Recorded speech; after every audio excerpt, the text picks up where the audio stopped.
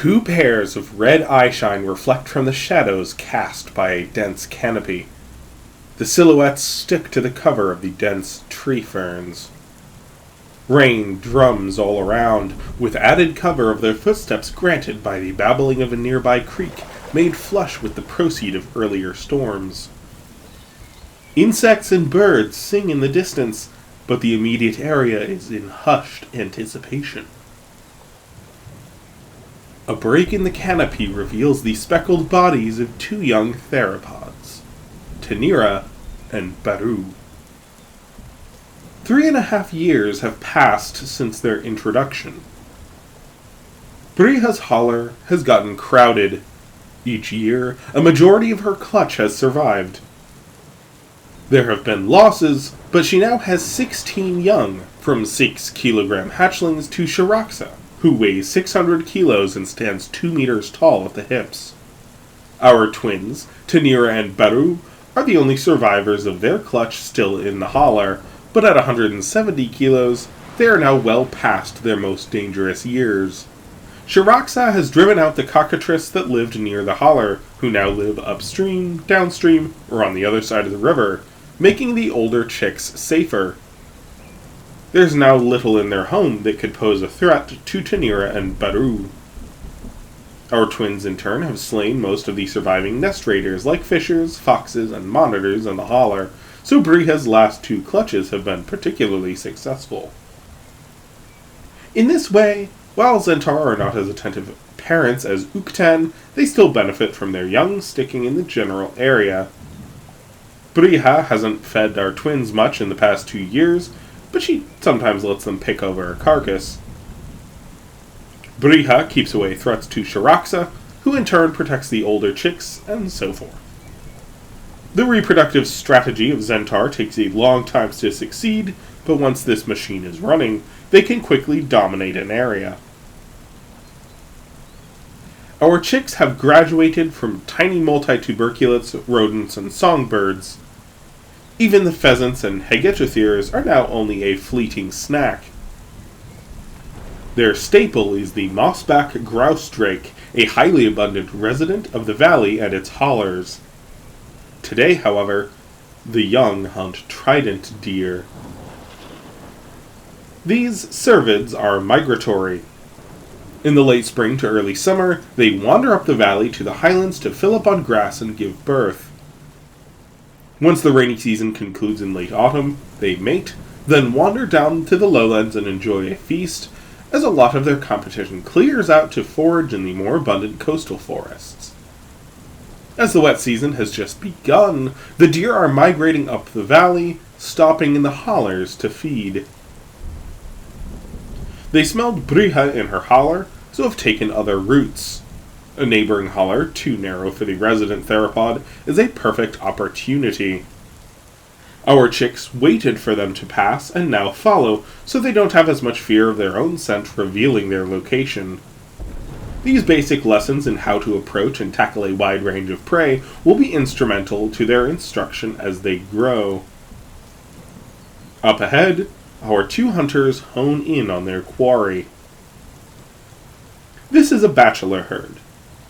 This early in spring, they still have their velvet, but these 3 prongs atop their long staves that give this species their name is already evident. Though these young bucks will spar violently with one another in a few months, for now, they are perfectly amenable to one another, reliant on their companions for keeping an eye on one another. These deer favor grass, but there's little of that to be found here, so most of their intake is in birch leaves, berries, and pine needles. They do struggle with the ferns and horsetails most abundant in the valley and its hollers, so their search is most active and takes more of their attention than whatever they came from, or in the highlands where they're now headed. This distraction works well in the favor of our young predators. Tenir'ha and Baru have been hunting together for their whole lives. Zentaur are not social predators, and adults are solitary hunters, but it's not uncommon for young of the same clutch to cooperate in taking down game in these early years. They're now quite experienced hunters, having been self-sufficient for 3 years now, though it is not game or territory they are used to. This holler is quite uneven. In their mother's territory, there's a fairly level space between the inclines on either side. This more narrow area means there's not much of a confident path, not as many game trails. Plenty of mossy rocks slip from the rain between them and their prey. The feet of Zentaur are extremely sensitive. Each step allows them a sort of tremor sense, able to discern the quality of ground for a short distance. This is all well and good in level soil for sensing roots, burrows, or stones. It allows even adult Zentaur to pursue prey at surprising speed under the right conditions. However, these are not the right conditions. It doesn't really work on stone, and there's so many gaps and unwelcoming surfaces here that this ability is all but useless. They don't weigh enough that a tumble will likely break anything, but chances of them slipping or stepping into the nooks between stones is quite high. They still must be careful. Both advance on flat feet. This keeps them low and affords a bit of extra stability. Their best hope is to close the distance and attack from quite near. Deer can, of course, break an ankle just as easily, but trident deer have a fairly broad hooves and are more sure-footed in such conditions than some deer. Our theropods are at a disadvantage in this respect as well. They may have a slight advantage in mass and far better weapons, but neither of these benefits will matter if they cannot catch one of the young bucks. And so they continue, keeping to the cover of the tree ferns as much as possible. The deer continue their foraging. A wide section of stream up ahead corresponds with a substantial break in canopy, and this opens up room for a bit of meadow grass to stake its claim on the western shore. Early marches of trident deer have already chewed much of it back, but thankfully, this bluegrass recovers swiftly. This food draws in the young bucks, and there's more open space for our theropods to have an advantage. If there is hope to be of a reliable attack, this will be it. Grass is so ubiquitous on Earth, it's hard to imagine a world so impoverished. While there are plenty of regions in Kaimere with ample grass, and grasslands are found on every landmass, it's often comparatively rare. Some of that comes down to many gymnosperms like the Turchak cedar being more competitive than we're used to seeing. Also, Kaimere's floral ecosystem is quite stable. Grass only took its great success on Earth that we're familiar with in the Miocene following a dramatic climate shift. In Kaimere today, this warm and humid world boasts more than double our current CO2 levels. Forests are by far the dominant floral habitat, and what prairie space is available, grass face plenty of resident competition from ferns and horsetails they don't seem to encounter very much on Earth today. While there may be a much smaller percentage of grass in global flora, there's still so much foliage that grazers can make do even in these dense forests. As there are many Turchak cedars and titans in this more narrow holler, the soil is better for grass and there's more to be found, and this has drawn in the deer. The deer arrive at the patches of grass and crowd around. While still a fair distance off, Baru slinks low and crosses the stream to the western shore, then into the tree fern cover there. Tenir'ha continues along the east, advancing closer toward their cervid prey. This glut has made a once peaceful group competitive, and the young bucks shove at one another to get to the most abundant sections. Once our theropods are in position, the twins attack. Though they don't directly communicate, it takes only a second for the twins to both lock in on the buck second most downstream. He may not be their nearest target, but he's been shoved aside and staggers a bit to regain his footing. Perhaps the twins assume he is somehow impaired.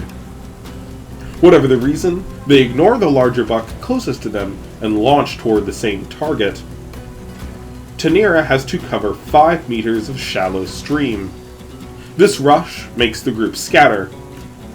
Their young buck leaps to the right, trying to get out of the way of the larger buck behind him, but he's struck in the rump by the larger buck's chest and stumbles. He then has to rapidly pivot to evade Tenir'ha's charge. He turns and tries to leap to the western bank, where more solid ground might afford easier speed, but before his hooves can even make contact, Baru's jaws clamp on the buck's shoulder hump. The theropod jerks back, preventing a smooth landing. Tenir'ha grabs the base of its skull in her own jaws. As their prey struggles, Baru plants a foot on the buck's hip and forces him down. The combined weight more than doubles what the deer has at his own disposal, and he is pressed waist deep into the stream. He tries to kick and turn. There's still a lot of energy and strength in his resistance. However, it doesn't matter. The twins have him in a perfect position for a kill. Though their jaws are strong and teeth retain juvenile serrations, the bite is not their primary weapon. Nor are the foot claws, which Baru digs into the lower back of their prey. Jaws and feet are mostly used to catch and restrain. When Zentaur kill, it is preferred to do with the claws of their hands. Once their prey has worn himself out of the grapple, Tenir'ha thrusts all 4 claws into the base of his throat. Baru does the same, piercing just ahead of either leg. His arms partially retract and thrust the claws in at a different angle, opening new wounds. Tenir'ha, however, simply pulls in, letting a slight gap form where her prey bleeds into the creek. It is a painful death, but a quick one. Our twins might seem lucky or quite proficient, but this is their first success of the 5 deer hunts they have attempted in the past few days. Most deer are just wandering up the river, and the twins lost them each time. Though they have far superior endurance, there are many places for deer to lose their pursuers in the valley. This narrow holler makes them easier to track and ambush. Once he is dead, the twins rapidly begin to feed. Even though their teeth are serrated, they can't butcher as fast as the jerking bites of a cockatrice. Even so, they quickly open up the guts and jab into the ribcage to remove the favored organs. Heart, lung, and liver are all snatched up and swallowed whole. Next, they turn their attention to the hindquarters. Unfortunately, they don't get far into this process before they have company. Dakosu has arrived. In the 3.5 years since they met this cockatrice, he's almost doubled in size.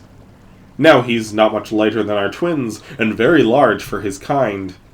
He still has the cut along his snout that Shiraxa gave him, though he's now had a dozen more from the many scraps he's gotten into with other males of his own kind. He is now the dominant male of this bachelor troop. Soon he will likely join a female troop as one of their mates, but for now, he runs this show. The other 3 males with him are smaller, despite being a similar age, a consequence of him taking the choice portions. The quartet of cockatrice fan out. They all walk tall, with arms spread and feathers flexed. With each exhale, the sinus pad along their snout inflates slightly, taking on an increasingly vibrant yellow hue. Though the twins are larger, they're still somewhat ungainly youngsters. The 6 theropods have a standoff. Dakosu's allies are cautious. Though they have an advantage of numbers, size is not on their side, and a focused attack from either of the twins could easily kill any one of them. However, Dakosu presses on, confident that he can overwhelm them. He and his troop have bullied the twins away from several kills in the past few months. However, each day the twins get a little bigger and a little bolder. The first time it happened, they quickly fled. Now they stand their ground, perhaps driven by frustration at the constant harassment. Before any can come to blows, the odds rapidly swing toward one party with the rival of another theropod. Shiraxa charges into the creek, scattering all present. She grabs one of the smaller 3 cockatrices by the end of the tail. It manages to break free, leaving her only with a mouthful of feathers, but the 4 cockatrices all rapidly disperse. The twins also bolt in the excitement and confusion, but quickly return. By the time they do, Shiraxa has already begun to pick over their kill. She removes a leg with several bites to the base. She then swallows the leg whole. At 600 kilos, she's now so large that none of the other predators in the holler pose a threat. She is significantly larger than the whole troop of cockatrice combined. Her body is gearing up for a tremendous growth rush in the coming years, and she requires an enormous amount of meat. It has been several weeks since they last saw her, as her caloric demands have necessitated her wandering further up and down the valley. The twins, while marauding themselves through the valley as well, don't travel nearly as far. However, it has still been an informative year for them as exploring more and more of the valley since the holler is getting quite crowded. After the three young have had their fill, they return to the mouth of the holler. Their mother is nearby, also sleeping off a cask tar she took down this morning. Briha is now 6 tons. Her body is filled out, but she's around the same length as she was when we met her 3.5 years prior. Though it is not unheard of for some Zentaur to more than double her current mass, and 8 tons is common for dominant females in the lowlands. A benefit of this secluded, less productive territory is that there's not much competition, but it means that in her formative years, she didn't have the resources to grow as large as some of her lowland contemporaries. That said, she's still very successful and healthy. This holler allows her to live within her means, and the abundance of young is proof that she is thriving. Downriver, halfway toward the lowlands, another Zentaur has set up residence. It is a young bull. He has been Briha's mate for the past 2 years. He also mates with 2 other female Zentaur in hollers of their own, but Briha is quite far the furthest up this valley. Her mate periodically visits, sometimes bringing food he caught down in the valley, but he's not a regular presence. The twins don't get too close, though, like Votru, they will follow and watch him hunt. Over the next month, the twins get quite good at hunting deer. They don't know it, but this river winds around to the dry side of a small mountain range around 100 miles to the south. This is a grassy haven the deer seek. The river not only carries this alluring scent, it offers convenient passage. Thousands of deer make their way up this one river. However, eventually, even the stragglers have marched on. There's still plenty of resident prey species that the twins hunt, but they are growing restless. Their hunts take them further and further from Briha's holler. Sometimes they are gone for days at a time before they come back. They remain on the southern shore, though. They are now strong enough to cross the river during the dry season, but when the waters are flush with both rainwater and runoff from the snowcaps of distant mountains warming in the late spring, they could easily get swept away. One morning, after bringing down a subadult Elismarian, the twins catch a familiar scent. They fall back to the thicket. It is Shah Kenaru. These past 3.5 years have been kind to him.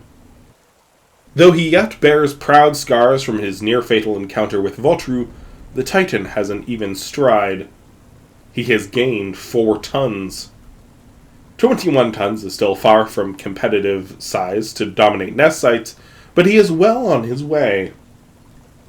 His favorite Turchak seeds aren't yet ready for harvest, but there's plenty of horsetails along the river to focus on. He ignores the twins, though does pause to inspect the Elismarian carcass. Titans are fairly strict herbivores. However, it should come as no surprise that something so armored might dabble in a bit of calcium supplementation here and there. Despite this urge, there's nothing convenient for him to take, so Shakanaru carries on, mowing through the horsetails along the riverbank. He's not interested in the grasslands upland the deer follow, and likely will turn back to the lowlands soon.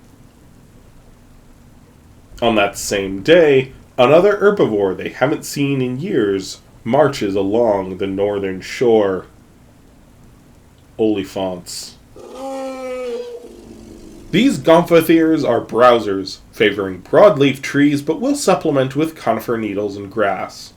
At 2 to 3 tons, the adult females are too large for our twins to consider, and certainly not the 4-ton matriarch.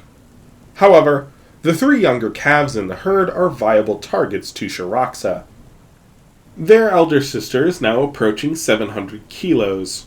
Our twins aren't large enough to reliably cross the river, but Shiraxa is and has done so to try and catch them off guard.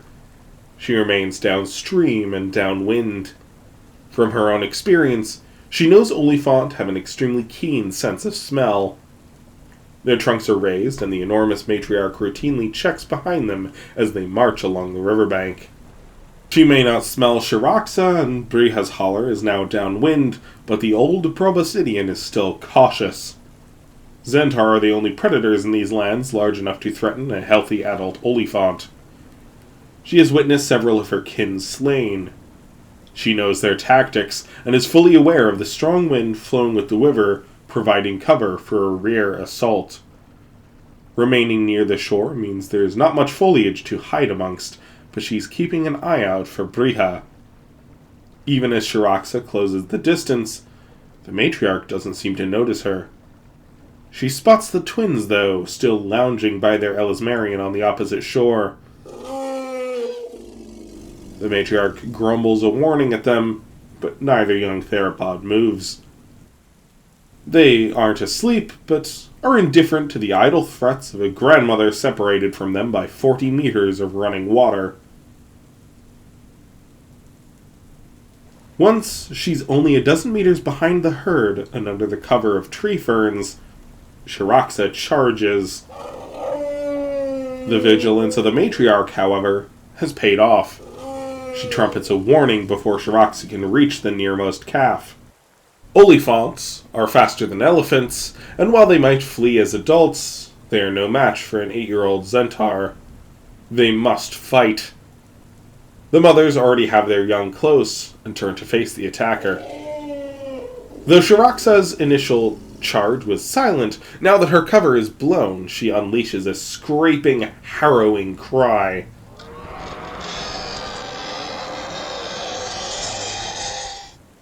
This is meant to frighten the young, at least into bolting, or generally sowing confusion and fear into the ranks.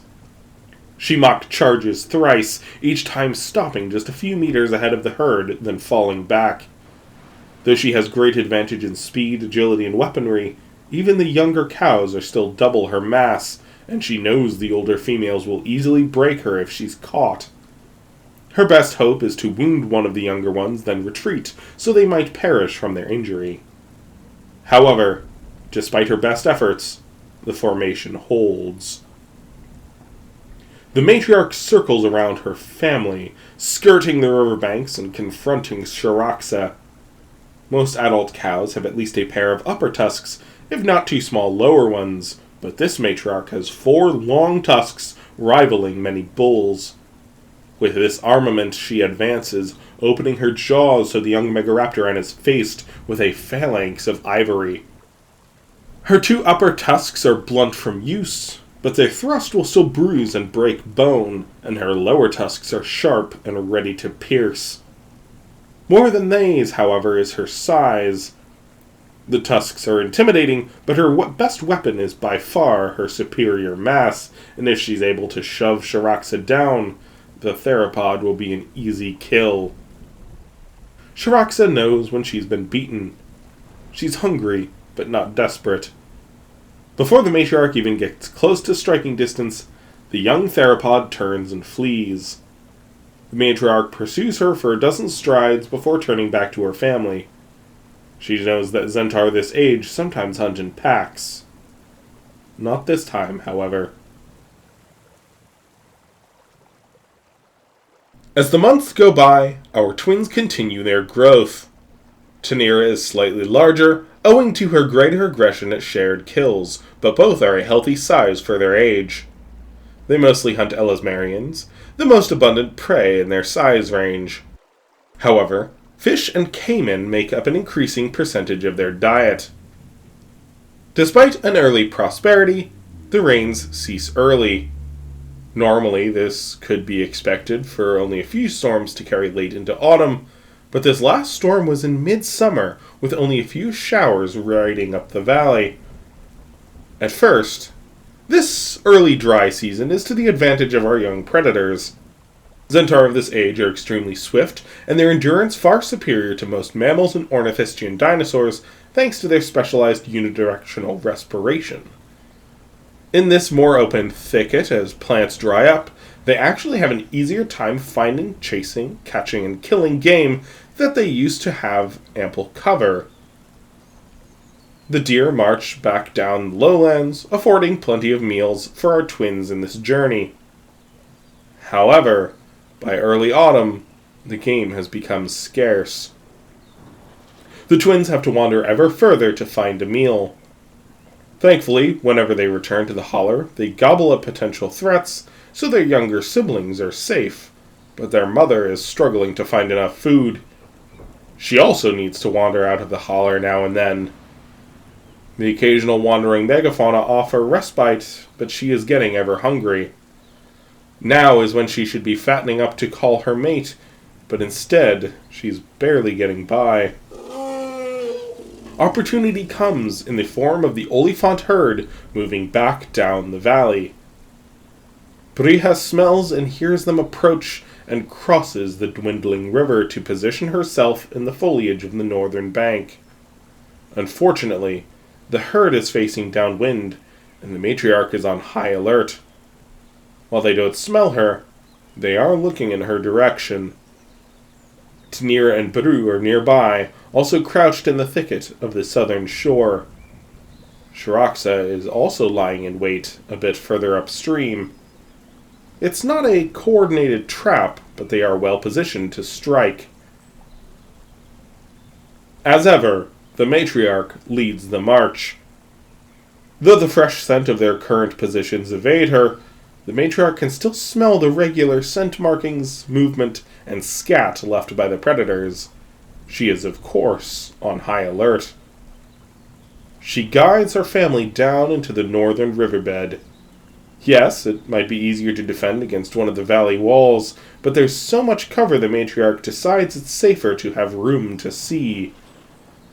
The river only spans 10 of its 40-meter width due to the low rains of late, so there's plenty of firm soil for the olifants to traverse, while being far enough from any potential ambush to set up a formation. She and her kin grumble to the calves, offering what comfort they can and keeping them to the center of the herd. Shiraxa is the first to attack, dashing from her cover. Tenir'ha and Baru follow after. They're far too small to be a threat, and all but the youngest olifant calf would be extremely difficult to bring down, but their presence does benefit in being a source of chaos. Though their elder sister easily jogs along the riverbank, their march is slowed. Though run dry, the river is still nearly 2 meters at its deepest. Before Shiraxa can reach the youngest mother, however, the matriarch rushes forward. The two square off as they did 4 months prior, with the olifant presenting a fierce contraption of long, blunt tusks above and shearing fangs below. This is when Brija attacks. Her advance is quiet. Only one of the mothers facing her happens to see the 6-ton theropod in a crouch, deftly step down the riverbank, her eyes never leaving the mother. At 2.5 tons, this olifant is outmatched, yet she roars and meets the charge all the same. Brija evades the headfirst attack, sidestepping and biting the back of the olifant's neck. She turns and twists, using her right hand to push against the counterattack and her left to pierce the ribcage. The attention of the herd quickly shifts to Brija, and the matriarch realizes she charged the wrong theropod. She turns, trying to circle around and meet her daughters in formation, but that's when Shiraxa strikes. Their second youngest calf is, at 6 months old, already just over 1/2 ton. Olifants grow much faster than elephants, likely a consequence of living amongst such predators as Zentaur. He may exceed Shiraxa in mass, but she's far taller than him owing to a much lighter frame. Shiraxa bites his head and snaps an arm forward, jamming both hooked claws under his jaw. Before she can retreat, the matriarch is upon her. Lunging forward, the furious matriarch's longest tusk clips Shiraxa's hip. The theropod disengages, hissing and hopping back. Though the matriarch presses the attack, Shiraxa is able to evade the next strike and jog upstream. The Megaraptor continues past the range of the charge, starting to limp in her retreat. Once she has seen Shiraxa off, the matriarch turns to Briha. Though her initial grapple was thwarted by two cows running to the aid of the first, Briha has scored several minor injuries through quick bite or scratching claw. The cows are undeterred. Now 3 against 1, their combined mass is equal and Briha remains low. She steps back so she is at the bank. The thick, sensitive pads of her feet allow her to sense well where she steps, so her focus can remain forward, thereby deterring a charge. The matriarch arrives with a trumpeting bellow and the last push for Briha to retreat. She does so without quarrel. Tenir'ha and Baru have been merely skirting the edges of the herd, causing panic, but never close enough to engage. Once they see their mother and sister have fallen back, the twins follow suit, running upriver after their sister. After a limping jog, Shiraxa makes her way back to the bank into the cover of browning tree ferns. The twins see their mother settle down in the thicket 100 meters downstream of the encounter. As they are still nervous about the large herbivores, they lie beside their sister, while watching the herd of olifants. The matriarch circles her family, assessing the damage. The injuries of both members attacked by the theropods are severe. The cow that Briha wounded is the matriarch's second daughter. Her first daughter was also lost to a Zentaur attack several years prior. The calf is this matriarch's great-grandson. His injuries were more severe, and he's already struggling to stand. Soon his difficulty breathing, due to an open throat, gets the better of him. He dies in the mud just beside the river. His mother and the whole herd mourn his passing, but the matriarch is more attentive to her daughter. The injured cow has a calf of her own. Another young male, just 2 years of age. He's been weaned for a while, but remains close to her all the same. Though the injuries to her back and the neck where Briha bit her look worse, it is actually the 2 punctures of her torso which are of greatest concern. The matriarch brings her food from banks and guides her to rest near the water, but none of these comforts seem appealing. The herd remains overnight, holding vigil and keeping watch over their injured kin. Come morning, the matriarch tries to rally the herd. Her daughter is succumbing to her wounds and remains lying halfway in the river. She allows the herd to stay, but is very nervous. The matriarch knows the more time they linger, the more scavengers will arrive. Cockatrice could kill the younger calf, and a 6-meter crocodile could pose a threat to all but her.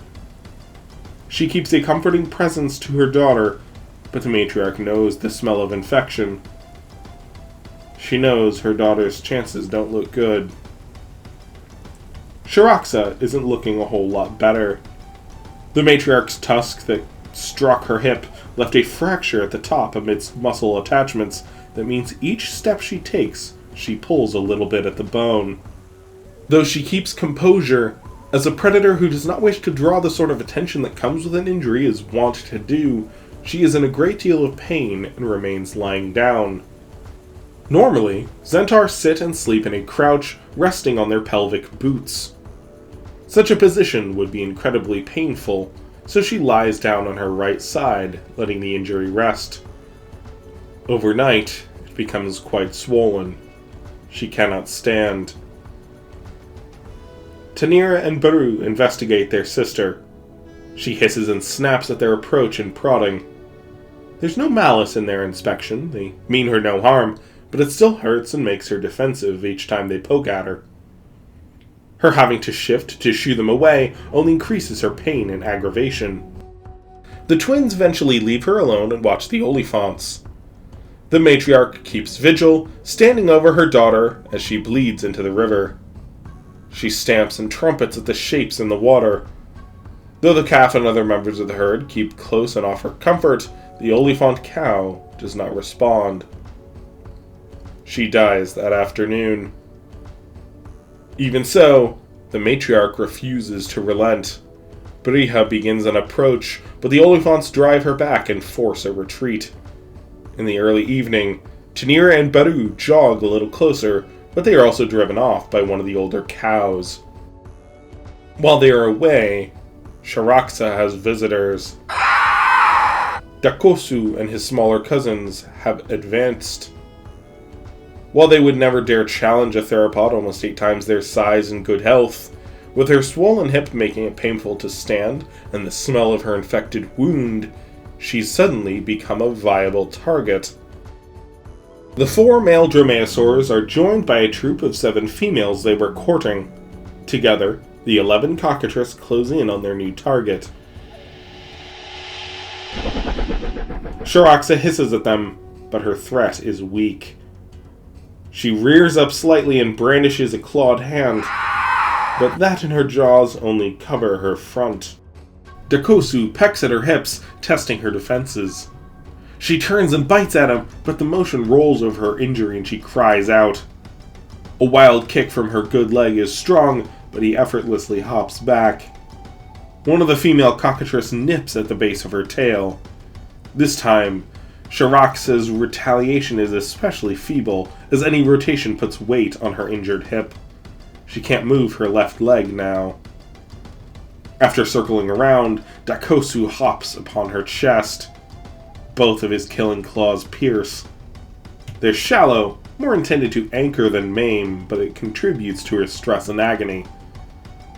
She turns to bite him, but the dromaeosaur snaps back, forcing her to. Tenir'ha leaps from the thicket, tackling Dakosu off her sister. Baru makes a wide circle around them, hissing at the dromaeosaurs as they scatter. Feathers fly as Tenir'ha and Dakosu grapple. The cockatrice bites and stabs with his claws, forcing her to hop off, but none of his strikes land deep. Before he can right himself, Baru rushes in. With a bite and twist, he drags the cockatrice's wing, yanking several feathers out by the root. As Dakosu tries to kick, that's when Tenir'ha bites the back of his head. Dust flies amidst the scuffle. The twins dart in and out, each time falling back with feathers and blood. Finally, Dakosu manages to right himself and flees, with both young Megaraptorans in hot pursuit. However, he doesn't get very far.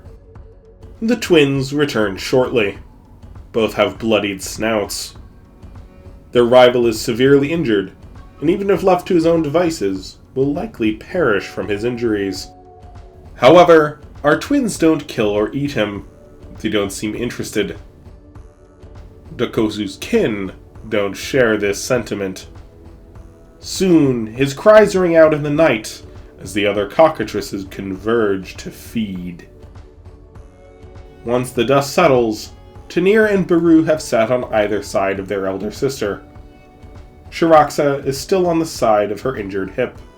She is motionless, save for the light pulse of her breath. The following morning, the matriarch departs.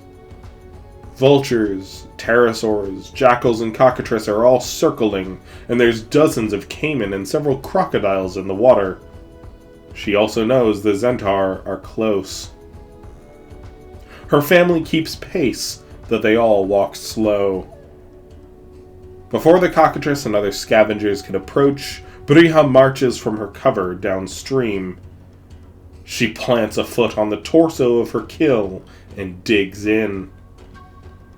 As the twins approach, she hisses at them. This hungry, and as her body is trying to amass hormones and calories to develop eggs, she does not see them with her usual affection. They are only one step removed from the cockatrice and jackals closing in.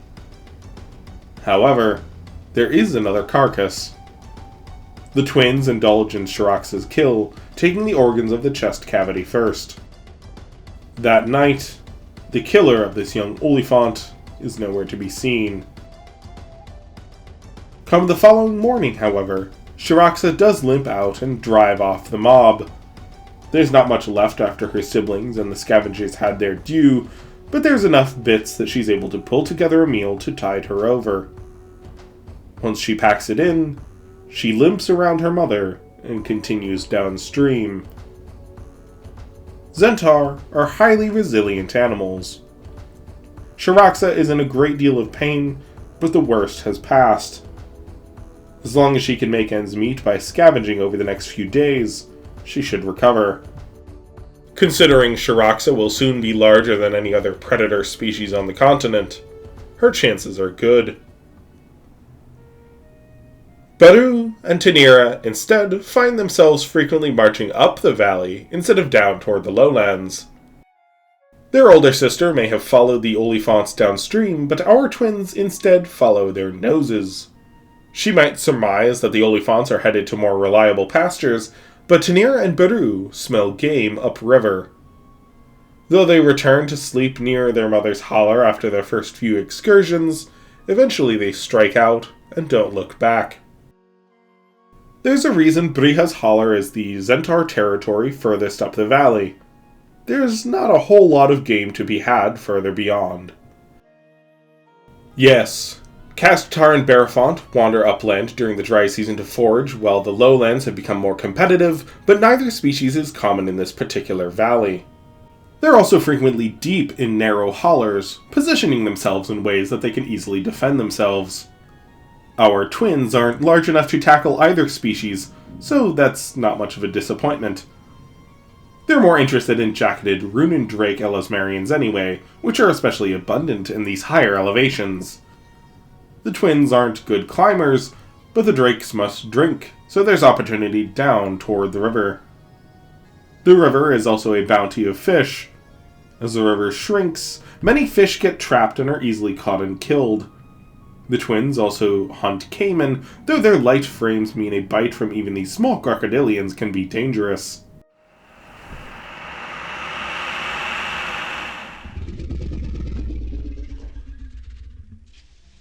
Again, they come upon Shah Kenaru.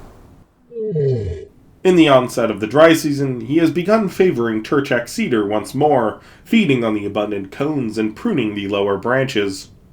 Where he goes, an entourage usually follows, and this serves as a fantastic source of prey. Small Elasmarians, pheasants, and even very young titans are typical members of the company, but common drakes are abundant as well. The quilled and clawed common drakes could easily kill our twins, so they must be careful, but darting in and grabbing something small proves an efficient strategy. Common drakes are so well armed and defended because they're slow. They don't have much choice but to fight, and this means that as long as they are given their due space, the twins can rush in and take their meals without much risk. Finally, after 8 months of drought, the rains come. A combination of storms and melting glaciers as the distant highlands warm means the rivers are flush.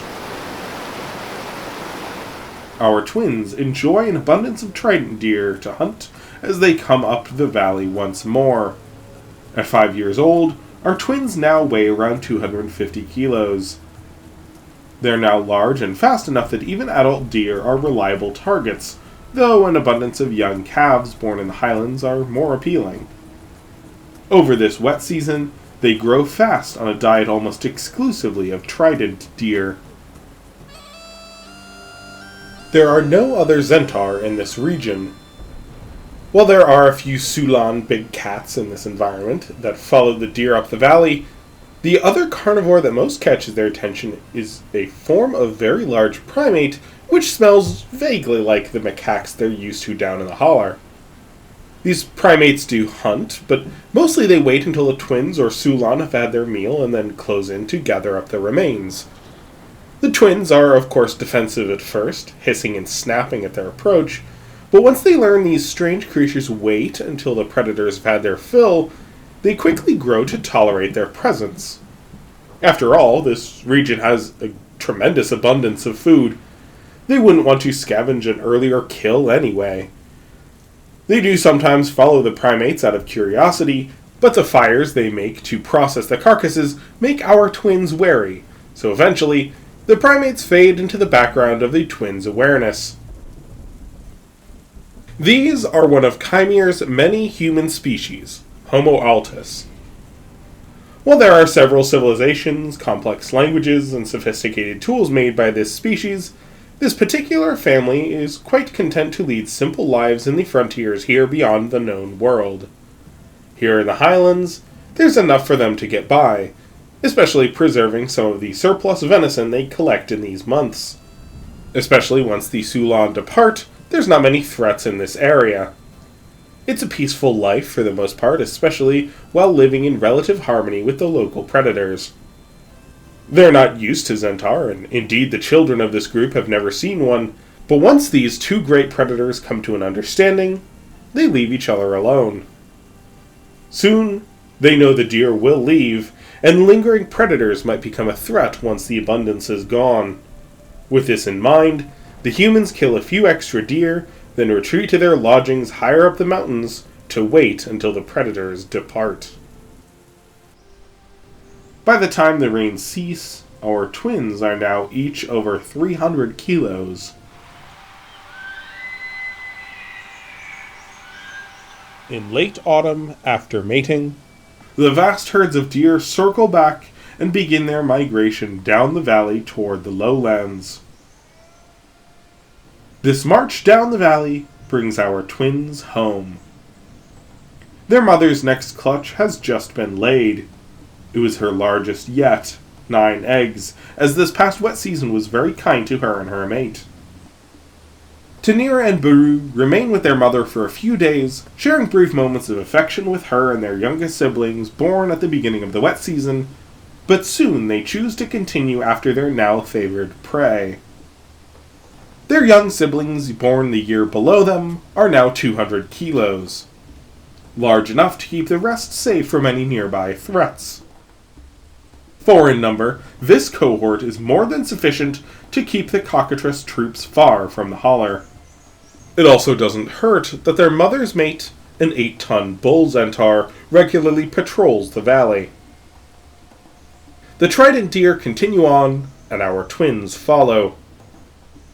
Tenir'ha and Baru aren't in a rush. This journey takes them over a week along the riverbanks, gorging themselves on the abundance of deer. Though they linger in some regions, the hollers of other Zentaur and young means they must often keep moving.